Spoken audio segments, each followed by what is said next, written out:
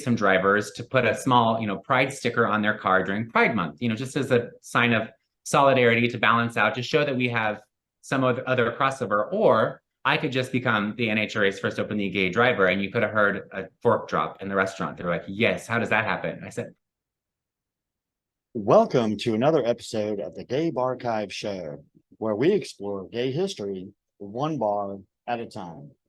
I'm your host, Art Smith, and our very special guest today is the fastest gay man on the planet, Travis Shumake. So welcome to the show, Travis. thank you for having me. I'm excited. And I know we've been talking about it for a while. We have, but you're a busy guy, and you probably drive a lot faster than I do, so it'd be hard for me to catch up to you on the highway. Just a little bit faster. So, for people who don't know, Travis Shumake, among the many other things that he's done, is a professional race car driver, an NHRA driver. And if I'm not mistaken, you hold the record for being the fastest gay guy on the planet. That's it. The short way to say it. Yes, on land, right? Land. Actually, technically, pilots are off the ground before they reach my speed. But yeah, 320 miles an hour is my top speed. So in a professional organized motorsport in the world, yes, I currently hold the top speed. Yeah. But you do not recommend doing that. I never a title I didn't think I'd have as a kid, but yeah. You don't recommend doing that on like the highway there. No. Okay. I've had a crash already, and it happens real quick. You definitely want to be in a safe environment. All right then. So Travis, you told me that your gay bar history started in Phoenix, Arizona. Yes, were you born there? Phoenix gay. Born and raised in downtown Phoenix, like Central Avenue in Osborne. So I'm a Central Corridor my whole life. Went away to college in Flagstaff, came right back. So all of my gay bar history, with a short amount of time here in New York, but most of it's been in Phoenix and watching that community evolve. Yeah, and I've heard Phoenix has some really cool bars. I've done, I think, one other interview with Marshall Shore, who spoke about some Phoenix bars. But I'd kind of like to get your perspective. So what was your first Phoenix bar, Phoenix gay bar? Yeah, my first Phoenix bar was called the Crowbar. Technically, it was Pookie's. First was Pookie's. I had a cool friend who had a fun mom and a gay uncle, and we went to a drag show at Pookie's where we saw Barbara Seville, and I believe I was in the 6th or 7th grade. I think I was 12 years old. Then fast forward to being a senior in high school and dating a college boy. I snuck into what was then called the Crowbar in Phoenix around 18 before going off to college, and vivid memories of that. And that particular space evolved into what was Amsterdam for probably about a decade, and then the bar on Central, and now it's switched to a coffee shop. But kind of that core memory certainly of that one space. And then I've even been arrested for a fist fight there. So a lot of that, I have a lot of that one particular structure memories between Amsterdam Crowbar and Bar on Central. So what was that bar like? What was the physical space like? What was the crowd like? Yeah, so it had this big old bar that they had purchased. I mean, like gorgeous old mahogany bar. And then a lot of flex indoor outdoor space. It was kind of like catacomby. You'd go to one spot to another spot. It was never an open concept floor plan through several of the generations or iterations of it. But I remember, these big red booths when I was in high school, going to sit in one and then going out to dance and then going back to the booth. And then my Amsterdam memories, I think they'd added a little kind of a second floor viewing area, a VIP. And I remember thinking someday I'm going to be rich enough to be in the VIP at Amsterdam in downtown Phoenix, where I was on one New Year's Eve when I got in a fist fight. And yeah, someone said something not so nice about me, and I slapped them once and thought that wasn't enough. We call it the slap punch. 2 slaps wasn't enough, and I got my first fist fight was at Amsterdam, which I don't know why I'm smiling about. I do not condone violence, but just funny to think that my first gay bar was 10 years later, where I also got in my first gay fist fight. All right, then. So what ended up happening with that? Did you get locked up, or did they just drop the charges? I just got dragged out. I ruined my Gucci boots. I always say I got the tops of my boots were ruined as I was dragged out of the bar. But no, nothing. I actually became friends with the person afterwards. So no charges were pressed. But yes, And now I'm sad that that bar's gone. You know, when I go back to Phoenix, it's sad to drive by and see it as an ASU coffee shop. What kind of crowd did they draw there? Was it a younger crowd or was it very mixed? When it was the Crow Bar, it was an older crowd. You know, I think at that point we had maybe one or two gay bars, Charlie's, Pookie's, Crow Bar, and then it became kind of the hip when it became Amsterdam. I remember coming back from college in Flagstaff, which is about 2 hours away, and having my friends say, "Let's go to Amsterdam," and me thinking, I don't have appropriate attire to go to Amsterdam. We can like I don't have the right look to, and it had a cover charge, which is the only gay bar in Phoenix that ever really had a cover charge, like $10 to get in. We can't. I'm not ready. I'm not. This is the bee's knees. Amsterdam was the place to be. But you did manage to scrap up the cover charge and get in there, or Yeah, you know, you go to Old Navy, buy a black T-shirt, try to play it cool. so after you had your string of experiences with Crowbar, Amsterdam, Bar on Central, which were all the same location, right? Yep. It was just different owners, different names over a period of time. Yep. Where else did you go in Phoenix? So Charlie's is a mainstay. I mean, it's a staple. When I was a kid, it was a cut down that I caught on to because I knew, or actually when I heard this cut down in fifth or sixth grade, I knew that, oh, I need to keep my eye out for that because it would say, your dad's so gay. I saw him coming out of Charlie's. Charlie's was right next to my middle school, across from Target, where we'd go as a kid on Sundays. And I was like, there's that Charlie's place everyone says that the gay dads go to. So I always knew what Charlie's was. It was the gay bar on 7th Avenue in Camelback.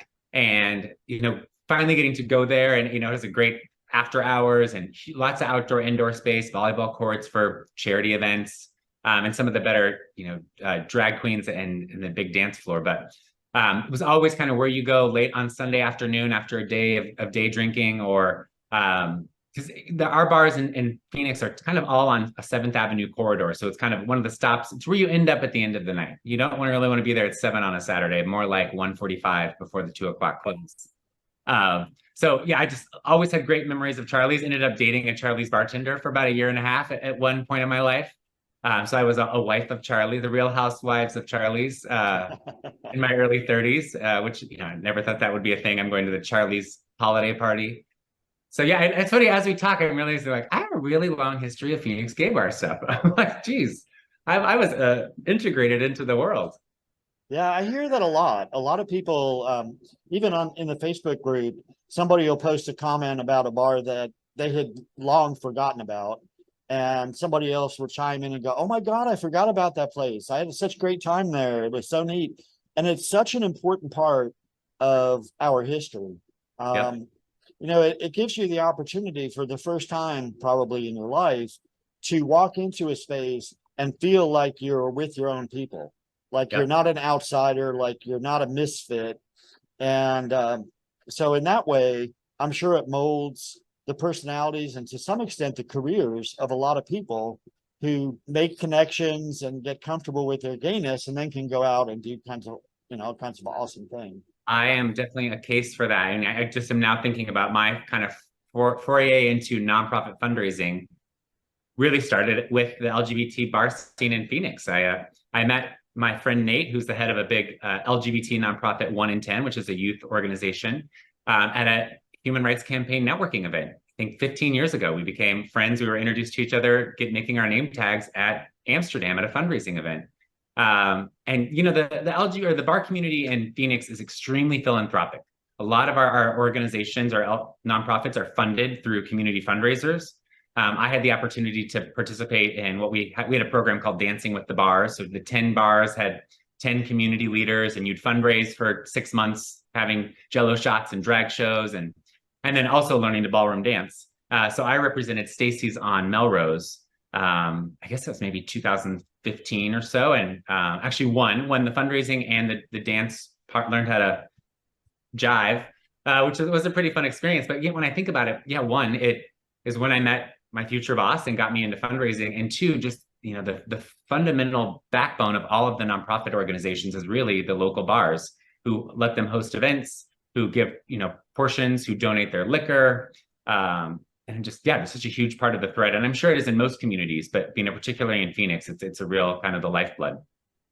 Yeah, it is in a lot of places, and even going back to before your time, um, you know, when Stonewall happened, when the AIDS crisis first hit, the bars were the ones that organized not only the fundraising efforts, but to a large extent also helped organize the actual nonprofits. They were the places where these people met and coordinated their activities and got organized to become, you know, a legal entity and to represent the rights of our community. So the Yep. bars did play a huge part. Yep.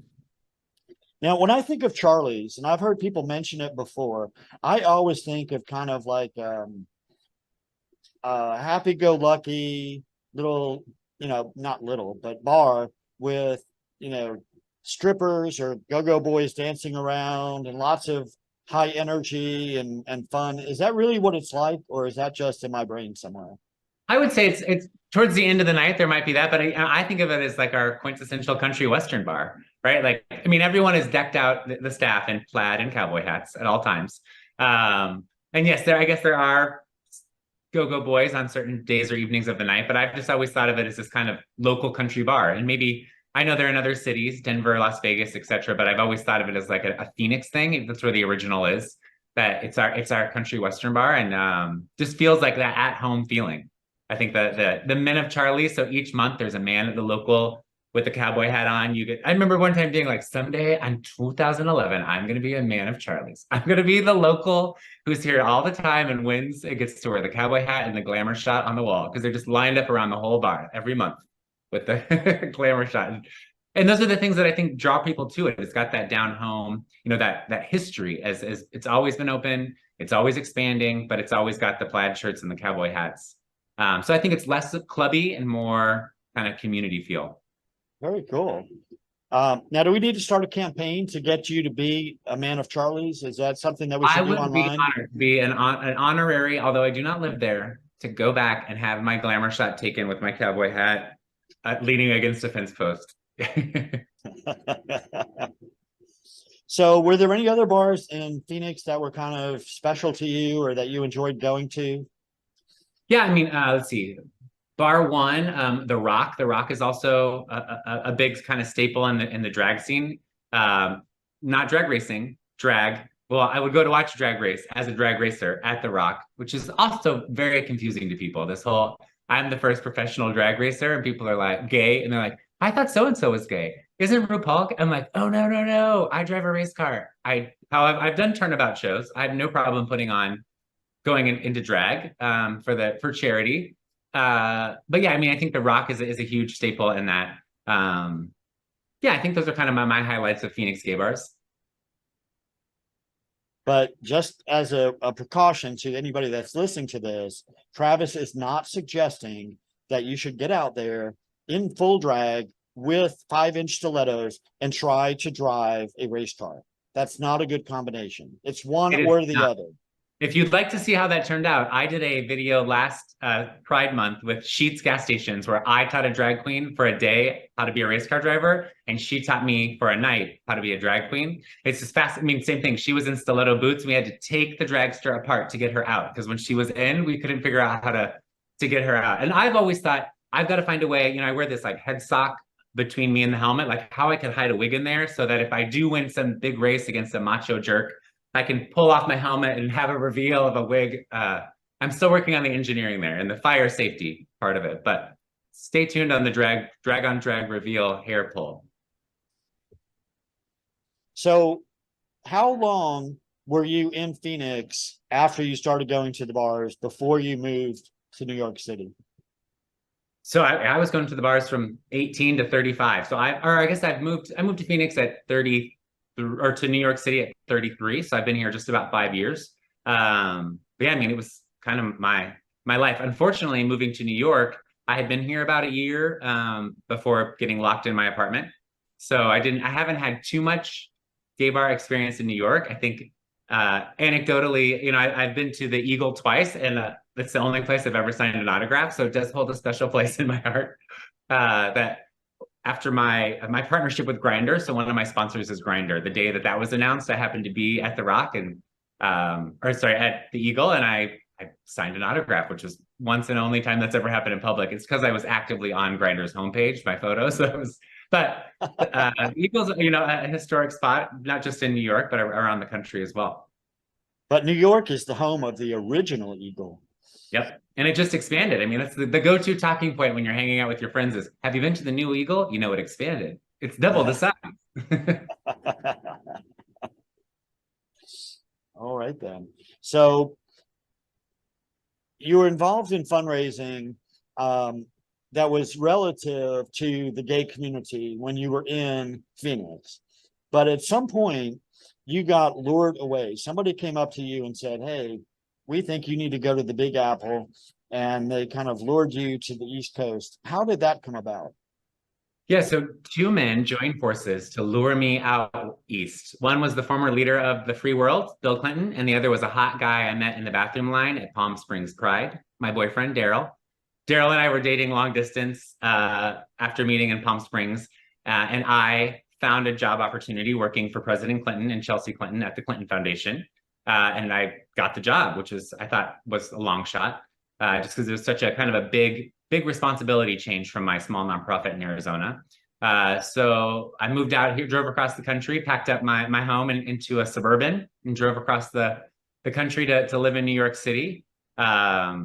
And yeah, so I mean, fundraising has always been kind of a huge part. And again, this conversation is reminding me that it all kind of stems from the gay bar scene, right? I met my future boss, Nate, at an event. I transitioned to fundraising from my career and joined the board at 1 in 10 after doing Dancing with the Bars. It was like the bars themselves were organizing this fundraiser every year and then giving it to a different nonprofit. And Nate had this idea of what if we buy it and it becomes exclusively a fundraiser for 1 in 10. And I was like, well, I'll run that. And that's kind of how I got into fundraising a decade ago. And yeah, so I like the strategy behind fundraising, and I like that it's not like I'm selling a product. I'm selling, an opportunity to give back to your community. And I think that's done that locally at 1 in 10 in Phoenix, and then globally at the Clinton Foundation, like building floating solar panels in the Seychelles. It's very different scope of fundraising and work, but it's still impactful. Very cool. Now, how did you adjust to moving to New York after being so entrenched in the Phoenix community for so long, such a long part of your life? It was a tough adjustment. I had a 3-bedroom house with a guest house, 2 cars, lived in my dream corner cul-de-sac lot. Thought I was going to run for city council. I'd be a city council person right now in Phoenix if I had not moved early. I planned to strategically. I think maybe I would have won. Who knows? But that was kind of like my life was set in stone. And I realized this was just an opportunity to try something new. And why do I own 3 fake Christmas trees? Why do I have, enough plates in China to serve 80 people in my early 30s? I'm like, maybe I should try something different than Central Phoenix. And so holding on to that excitement is maybe what got me through the challenge of moving from a large home to, a 400 square foot room with a double bed that you're paying $4,000 a month for. When I first moved here, I'm like, this was a mistake, I think. But it really worked out. I think, in fact, being in New York with my partner, we moved in together. I lived here for about 1.5 years before we moved in together, right before quarantine, allowed me to kind of dive into this dream of drag racing. And I don't know that I would be where I am if I was still living that Phoenix life. I think that being here and isolated and having the opportunity to think about what I wanted to do more with kind of a fresh reset got me into motorsports again. So when you were driving cross country from Phoenix to New York, you were not a drag racer at that time. I was not. I was the son of a racing legend, and I used to race competitive go-karts, but otherwise I was just a guy speeding in a black Suburban across the country. Oh. So as a young kid, obviously your dad's was a racer. What was that like for you? Were you really excited about it, or was it just kind of like, oh, this is what dad does, and then eventually it kind of grew on you? My dad did a lot of unique things. Like we flew airplanes and we had sandrails, and some of those things I wish I looked back and I valued more. Like I used to fake sick at church on Sundays so I wouldn't have to go flying after church. Like, what, you idiot? What was I missed out on some of the coolest things, but not drag racing. I knew my dad was cool and I loved being around racing. Like it was not something I took for granted. We would, go up to the starting line or spend time with famous race car drivers. when the races would come to Phoenix, I always got to get out of school on Friday. I always get the announcement in the principal's office to come. And everyone in the class knew, like, I'm leaving at 12 o'clock for the drag races. And they'd say, Travis, to the office. We'd all scream. And I'd get to, be at the racetrack from Friday at noon to Sunday at 8 p.m., covered in sunburns and just around the sport, and kind of celebrating my dad and his local celebrity. As a Phoenician, there aren't very many drag racers. And my dad and my mom are both kind of the first people in the Drag Racing Hall of Fame in Arizona.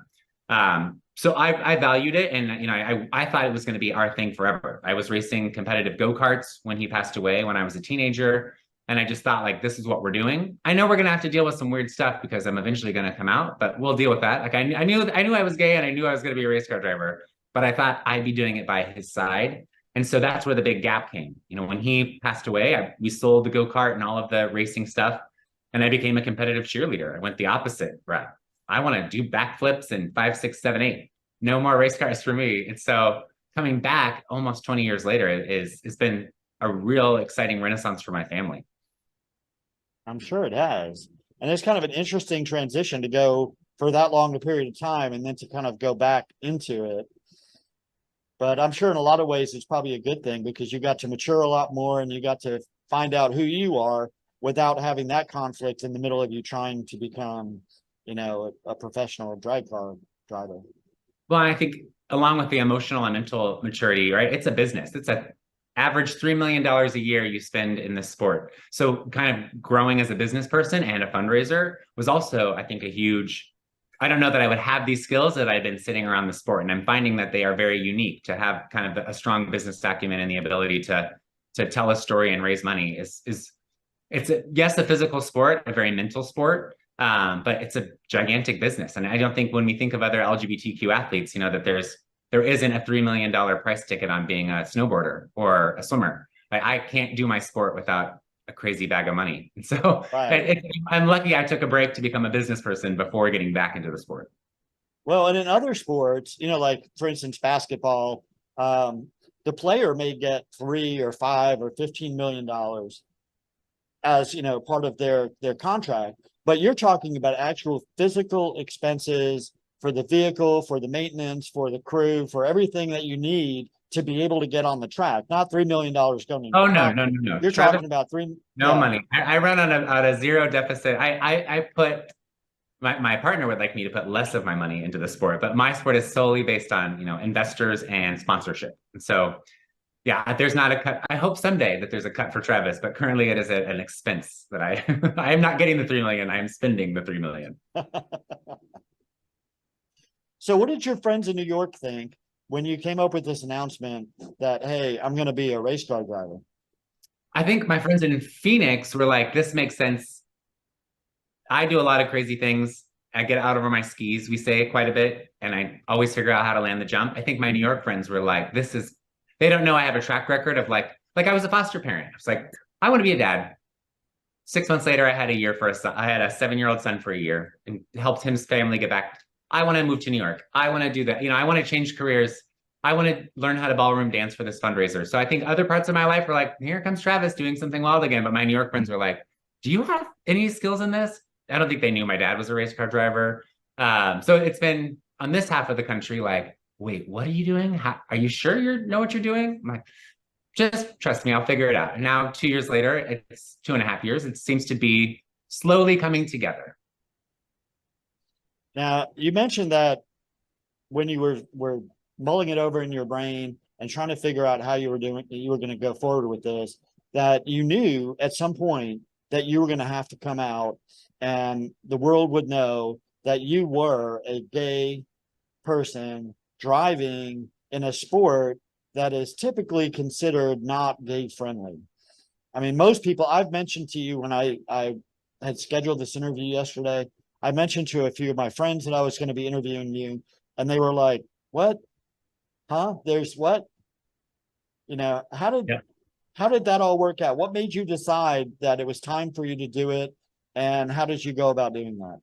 Yeah, I feel like I just needed someone else to believe in this dream of mine. And I was at the first race back after COVID, the first race that they were allowed to have fans at, which was, of course, in Florida, in Gainesville, Florida. So, I mean, in New York, like getting out of New York City just on an airplane was the biggest challenge ever. And then I get to Florida and it's like, no mask, have fun.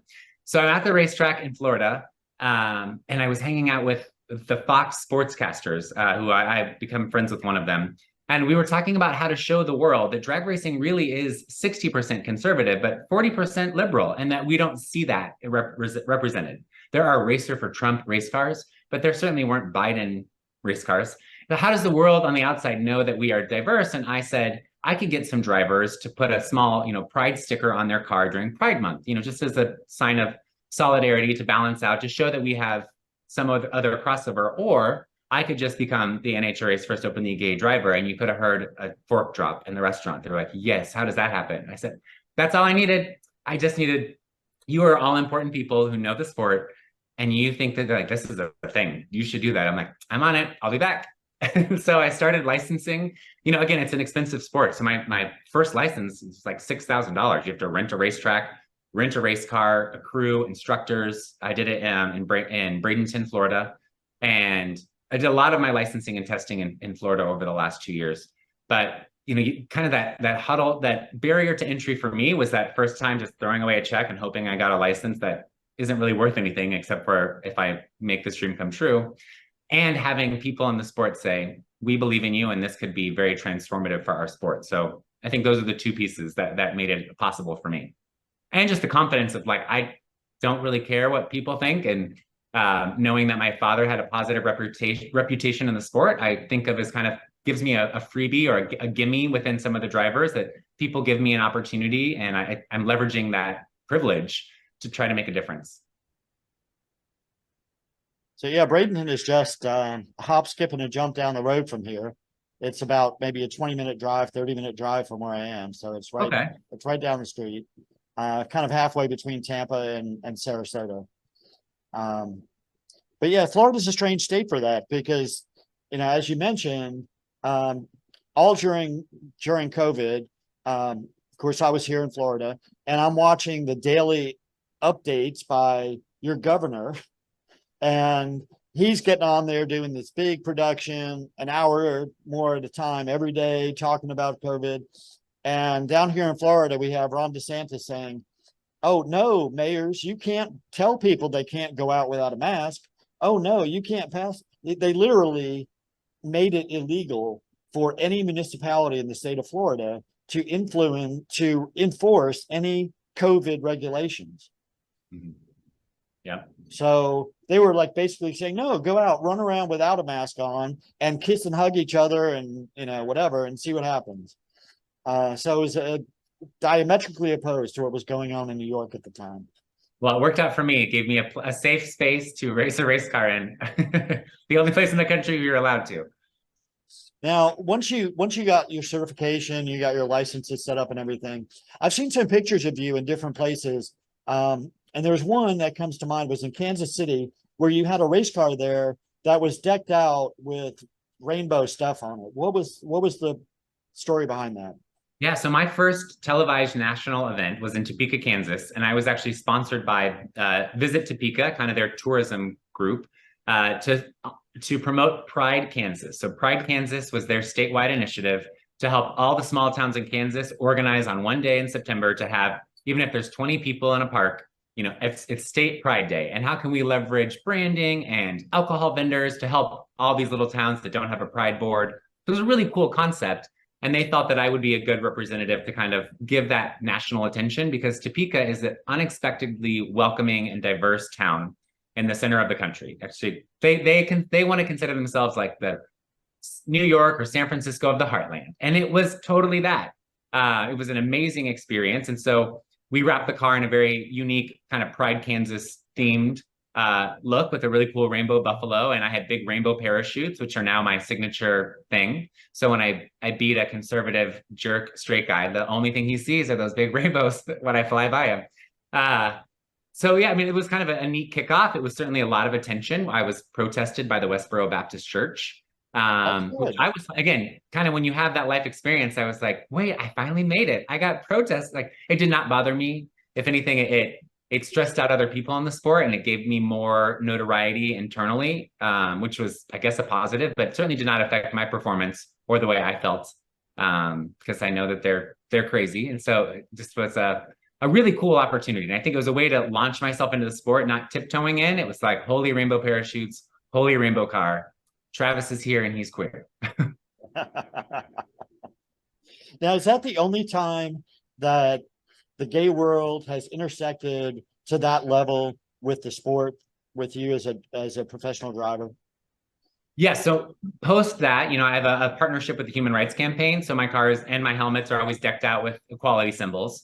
And next year I'll have even bigger and brighter, rainbow parachutes. But again, I have my continuous partnership with Grindr. And so I balance that, like having a great relationship with Goodyear and also having a great relationship with Grindr. And I think I have these two unique sub markets, right? Like there's the race car fans that love my videos of burnouts. And then there's the gay fans who like it when I swim shirtless. So it's a great, I can double dip. I could change my tires shirtless if I, it's a unique world that I'm trying to balance. And there's a lot of dollars in both of those worlds. And that's one of my biggest objectives is like these companies that have 100% on the equality index and spend so much money in LGBTQ marketing, but are in motorsports already sponsoring maybe someone who is not considered diverse or has a good reputation in like NASCAR. I need like 2% of the money it costs to run a NASCAR, and there are 60 NASCAR teams. If I could just get Stanley Black and Decker to give me a sliver of that, and that's kind of my goal and focus is not to steal from LGBT funds, but to reallocate money that's going into a different pocket. Right. Now, a company like Grindr, how did that happen? I mean, did you approach them or did they just say, Yeah, hey, LinkedIn. cool? So I stalked them on LinkedIn and actually took them out to the races in LA. That's where they're headquartered. And while we were at the races, just to give you a snippet of things that happen in my life, all of my racing equipment was stolen from the race car pit. So I'm with Grindr at the racetrack, showing them the magic of racing, and someone came in and stole about $8,000 worth of my helmets. I mean, I had nothing. I had one pair of fire retardant socks left, and Grindr stepped up and replaced all of that kind of as our intro relationship builder. I think maybe because they felt guilty that they were there when it happened. But I found them on LinkedIn and invited them out to a race that we were at in California, and kind of that was the beginning of that first notable LGBTQ partnership, which I think is probably the thing I'm most known for, is like being the Grindr race car driver guy in the LGBTQ space. But drag racing fans loved it. The ones that got it and that know what it was were like, shut up, you're serious. They think it's great. No one is upset that Grindr's in drag racing, and the sport itself is like, this is what we should be thinking about. Next, you need an OnlyFans. What do you do? How can we, the sport knows we need to evolve, and how can they help me, be in that without having an OnlyFans? I'm surprised Grindr didn't have you pose on the racetrack in just those fire retardant socks as an ad for the for their sponsorship. Hey, look who we just signed. They always say when they come to the track, they always say the grid is very weak. We like you, Travis, but the grid is weak. And that means when they test the grid, which is, I didn't know that was a phrase. They're like, there's just no grid in drag racing. There's 40,000 people here and there's not a gay in sight. But we like you, but we don't see the value add of drag racing. Someday. Well, maybe that'll change now that somebody's out there they can, people can relate to. And Right. even if they're not huge fans of the sport itself, they just come out to see what's this gay guy doing with the, super fast car on this racetrack.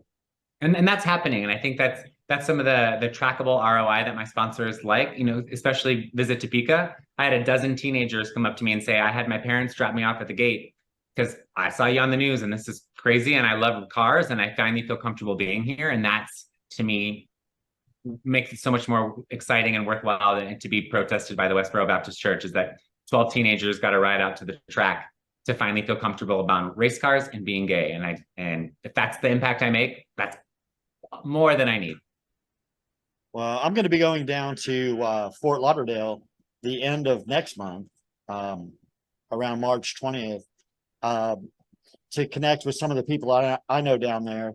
And I'm telling you, we got to figure out a way to get you to Fort Lauderdale, because in Wilton Manors, I don't know if you've been there, but Wilton Manors is a little tiny suburb. I think there's about 12,000 people that live there, just north of Fort Lauderdale. And 20 years ago, there were no gay bars there. It was kind of a bedroom community. And gradually over time, realtors started pitching the community to gay people looking for housing to buy homes. Now, this little tiny place has over 20 gay establishments that serve Wow. alcohol within a 2-mile radius. Just packed, everything from strip bars to dance clubs, neighborhood bars, all kinds of gay clubs that you could practically walk to. I mean, 10 or 12 of them you can walk to from each other. And it's a very gay positive neighborhood. It's the second gayest municipality in the US Oh, after wow. P-Town. It's got a higher concentration of gays than anywhere else.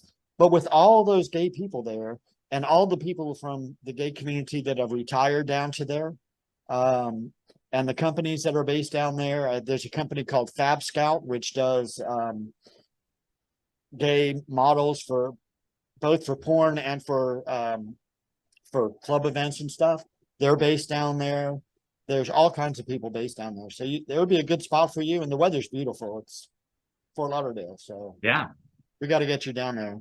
I need a Florida trip.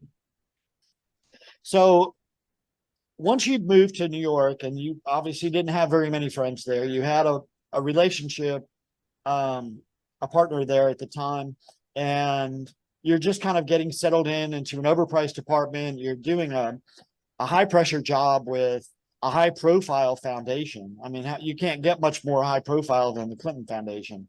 How did you adjust as a gay man? Did you feel out of place, or did you settle in pretty quickly?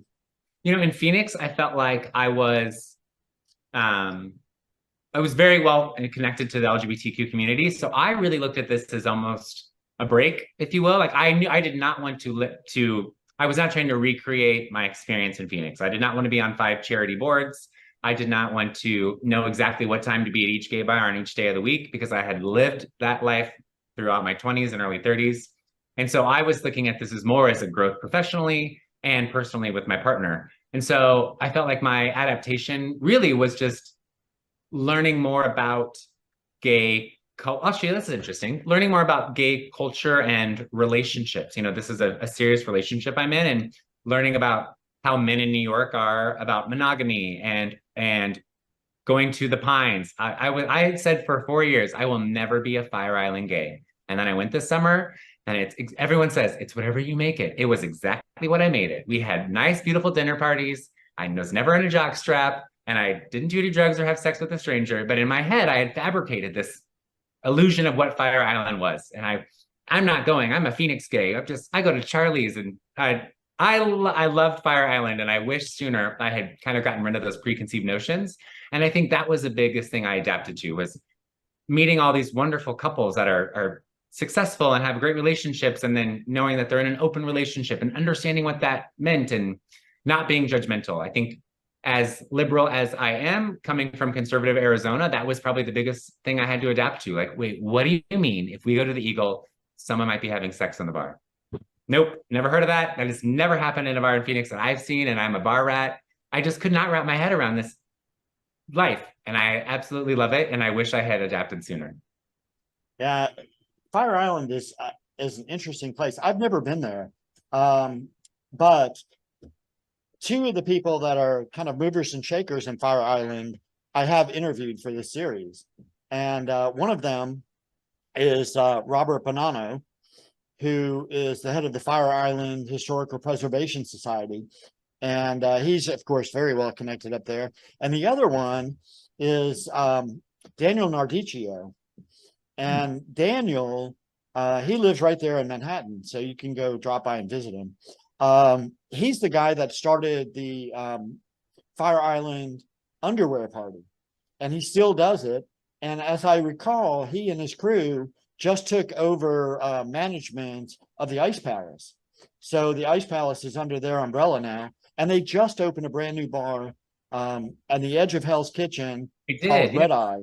Yep, I met everyone but him at a recent Stonewall fundraiser with Stoli. So I'm working on a partnership with Stoli, and they invited me to that event, and I met everyone who's opening Red Eye except for Daniel that night. And I'm excited to be a patron of Red Eye.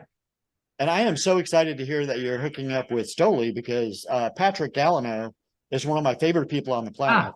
We talked 2 days ago.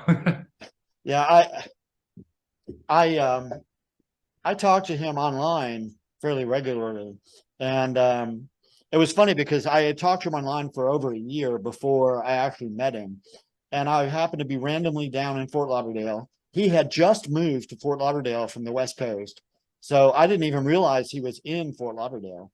And I'm there with a friend. We're crossing the street in Wilton Manors, going from one bar to another. And as I'm walking across the street, I see this guy, and I was like, do I know him? We get across to the other corner, and I just yelled over, Patrick. And he turned around, and it was Patrick. And and we've been friends ever since. He's an incredible guy. I love Stoli. I love what their company does for the gay community. I mean, who else goes all out like that? Not just supporting gay, publications or putting their name on a gay pride, but actually planning things like they do and hosting these big, the Key West cocktail event, the high heel drop in Key West, all this kind of cool gay stuff, and having a full-time LGBTQ ambassador. So pretty cool. I hope you can hook up with them.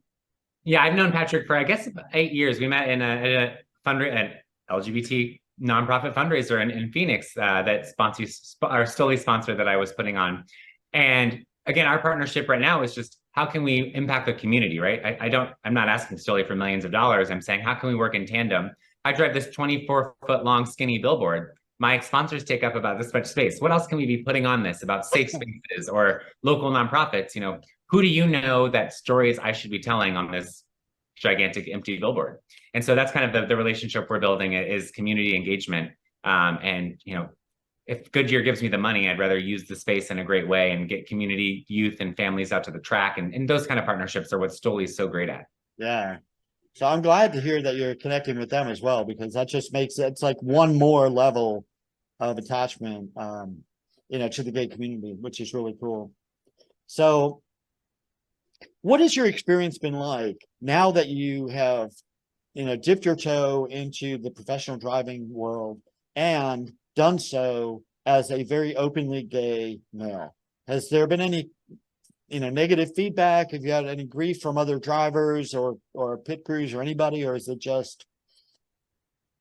Yes, no, I certainly has not been easy, but again, I'm speaking from a point of privilege that I maybe heard someone muddle the word faggot once at the racetrack.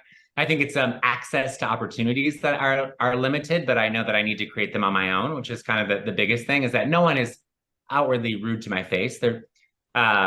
They certainly talk about me, and you have your moles in there that when you become friends with someone, they're like, I'm so glad we're friends, and that all the terrible things people say about you aren't true. I'm like, I'm sorry, what did you say? It's like, I stood up for you the other day. There was 30 people talking shit about you, and I stood up for you. I'm like, I guess that's a compliment.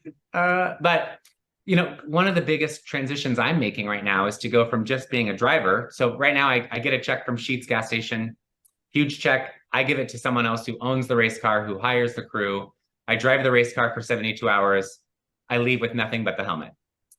And I'm put sometimes under restrictions that maybe aren't in line with who I want to be. That maybe I can't use rainbow parachutes, or I cannot invite LGBTQ members around the race car, things like that. That now I'm going to just own my own race car. So that is, the next big step for me. I'm in the process of purchasing my own dragster and starting to finance my own $3 million race team. Instead of finding $3 million and giving it to someone else, I want to run the ship. I don't know that it necessarily, again, it's maybe a slight amount of profit for me in there, but it's that I get to do with it what I want. If the Human Rights Campaign wants me to wrap the dragster in a Stoli logo and put it in their gala in New York or drive it in a pride parade, sure, I'll be there in an hour because I own it and I can do what I want.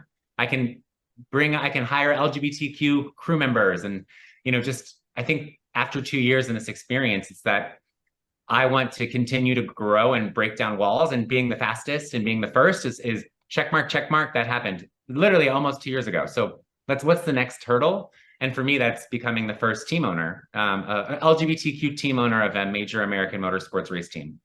And I'm I put the deposit down. So I guess it's happening, but or I'm in the funding phase is a tough part. But it's just to answer that question and get out from underneath the foot on my throat that's saying you can maybe do this, but not this, or you can only do that.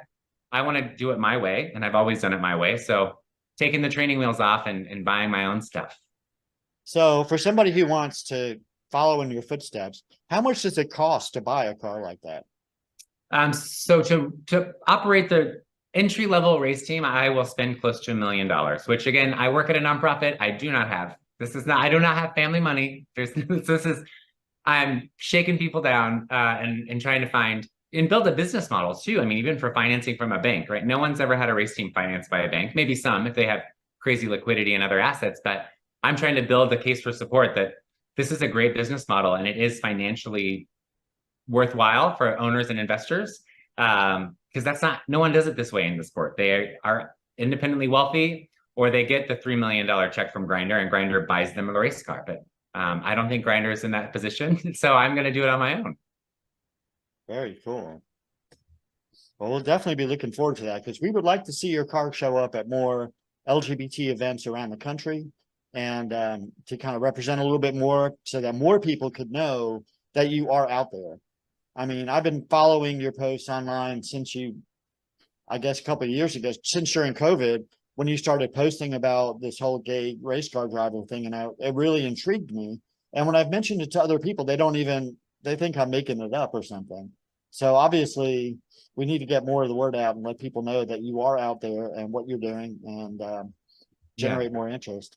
One of my priorities, and you mentioned Marshall in Arizona, it's like I'm actually like the 53rd LGBTQ race car driver. I'm maybe the more vocal and a little bit more organized on social media. But another big piece for me is honoring that history, right? I want to be the one to get it across the finish line, not to be the first, but because I grew up, I could find them. And I knew the occasional ones, whether it was in NASCAR or IndyCar, or, that there was a rumor about this person. I wanted just for the future generations and to pay tribute to those who tried so hard before me and laid the groundwork to get it over the finish line. And then to own the race car, and maybe I step out of it and I have LGBTQ drivers, not just gay men. 30% of drag racers are female. But to create those opportunities and kind of continue the legacy and history. But a long answer there is I want to record all of the history, and we need to document this because I am not the first, and they've been trying for a long time, and I want to share those stories too.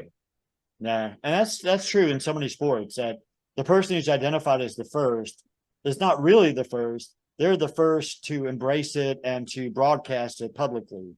Yep. And I'm sure it'll be difficult on documenting some of your predecessors because their families probably don't want to acknowledge it either. So if you go there and say, well, hey, I heard, Bobby was a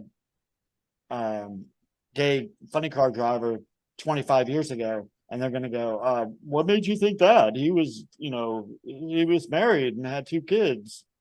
So yeah, it might be I have no interest in outing people, but I will just say when it comes to the outing side, I have peers in this sport, a very limited. I'm talking about 2 people, but that are bigger, badder, and faster than me, and on the verge of coming out. And I'm like, if you effing come out before I do, if you come out and then you win a race before I win a race, and I'm excited that these conversations are happening. That there are other drivers on the verge of coming out who will probably that will win a race before me, that will own a team before me, or all of those things, which is all positive change. But it's just funny when they confide in you and you're like, can you just wait one more year? Can I win before you go? Just cut me a break here. Yeah. You don't have handicaps in that sport. If I'm making you feel comfortable, then you have to wait till I win first. There you go. So you mentioned that you signed your only professional autograph in a gay bar in New York City at the Eagle. Is that one of the few New York City bars that you actually go to, or did you just happen to be there that day, or what was? I just happened to be. I was showing an Arizona friend a Sunday afternoon around. I mean, I'm typically a duplex or a Marie's Crisis kind of guy. I'm a show tune singer, so right behind the camera here is my baby grand piano. So I like to sing and shimmy along. So yeah, the duplex is probably my home bar, or Marie's Crisis, depending on the day. But yeah, the Eagle is also great just to show people the history. Yeah, I did an interview not too long ago. Actually, 2 people have talked about Marie's Crisis that I've interviewed, but Richard Skipper I interviewed him a couple months ago, and he was one of those guys that used to go out and actually perform regularly at places like Marie's Crisis and the Monster and wherever. And I understand now, after 4 years of not performing in any of those bars, he's going back out there. But I was surprised at the number of piano bars that there were in the village. Yeah. We're not used to that. Those three, right? I mean, I think you can see the front door of all three of them standing in the same spot between Monster, Duplex, and Marie's Crisis. Yeah. Yeah, and there were a couple more that aren't there anymore. But like there was what was it called? The 88s was there. And there's another one I can't remember. But it's just funny to me because most cities don't have, a gay Nope. piano bar. Yep. And you've got like 3 or 4 of them within walking distance of each other. So now you have another aspect to your talents. In addition to all this other stuff that you do, you actually are a pianist. Yes. You Oh, play yeah. the We have piano? sing-along parties.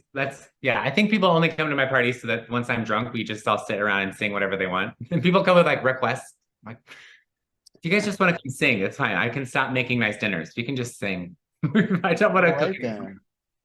All right.